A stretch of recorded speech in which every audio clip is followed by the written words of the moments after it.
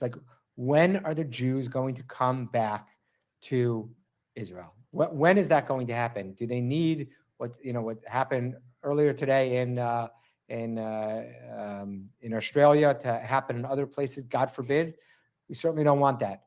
But when is this? When is it going to happen? And like, what's your feeling that how can we wake up the Jews of North America, Jews of the world? But I'm saying the Jews of North America seem to be very, very comfortable. What's it going to take, and what can we all do, I guess, collectively to make that happen? I think, things happen all the time in America. And if you want to look for the excuse to not do it, you'll find an excuse. Yeah, it's never going to happen here. It's never going to happen there. When before Mamdani was elected, everyone was like, oh, if he's elected, I'm going to move to Israel the next day. Guess what? He was elected. I don't see it happening yet. People are coming, but not like, the droves that they said they were going to come in. I think you have to want it. You have to want it, and you really have to want it, because like I said, it is a little difficult and you have to want to make it work.